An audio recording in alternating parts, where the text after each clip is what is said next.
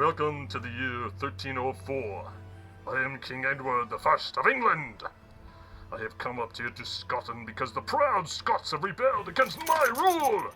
And I am laying siege to Stirling Castle with my mighty siege engine, using the principles of physics, of weight and counterweight, to effect the castle's destruction. Behold, the siege engine known as a Trebuchet. I've christened this one the War Wolf. It is 300 feet high, and in its pouch, it carries a 300-pound rock. It's designed on the principle of weight and counterweight. This long arm here, with a comparatively light weight, is balanced against the short end of the arm here with a heavy weight. When this is released, this drops, this raises up, and the 300-pound rock flies into the air and smashes the Scots in their redoubt of Stirling Castle. The War Wolf took me 50 master carpenters and 3 months to build. I am ready to show the Scots the might of my fist. All is now ready. Release the War Wolf! Your Majesty, they're coming out of the castle. They want to surrender. What? They can't surrender. I spent 3 months building this war wolf, and I'm going to use it. Send them back to their castle. They will feel the might of King Edward. Release the War Wolf!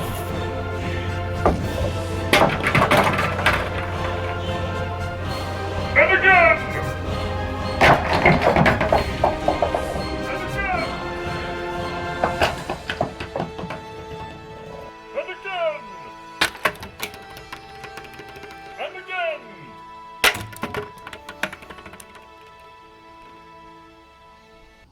Oh, you destroyed my castle. I swear on the haggis I had for breakfast, I'll get you back one day. I think that means they've surrendered again, my lord. Very well. I accept their surrender.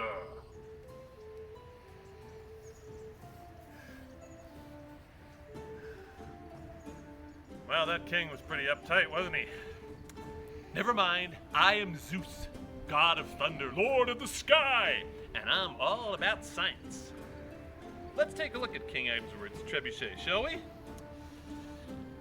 I think he was prone to exaggeration. Well, this baby is about 2-3 feet high and has a short arm here with a heavy weight, balancing a long arm with a much lighter weight. 300 pounds, he said. So this is the rock that goes in there. And what happens is normally this is in balance, but when this weight is heavy, this one is lighter, it will fly up and fling over the projectile over the top toward the castle. Let's give it a shot. Trigger mechanism is kind of tricky, but we hold it back like this and let her go.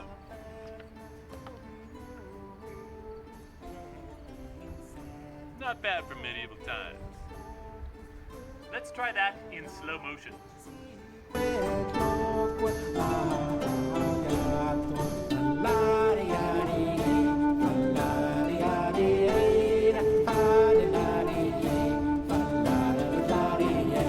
Like you said, and again.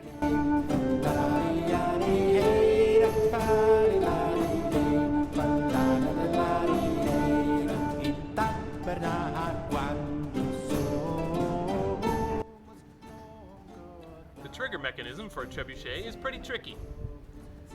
It consists of a sling on the end of the arm, and the weight that you're going to throw goes in the pouch here. This clips onto the end of the trebuchet arm, and when it's pulled back, it forms a sharp angle here.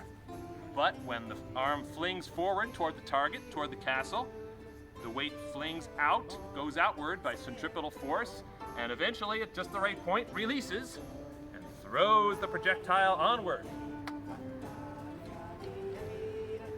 The problem here is that this is difficult to predict exactly how it's going to work, and during the siege of Tenochtitlan by Cortez in Mexico City in 1521, the projectile flung backwards and out of the pocket, but the projectile went straight up in the air, came down, crash, and destroyed the trebuchet. And that was the last use of a trebuchet in warfare. And that is how the principles of physics, with weight and counterweight, were used in medieval siege warfare. I'm Zeus. Great to see you at Super Science Saturday.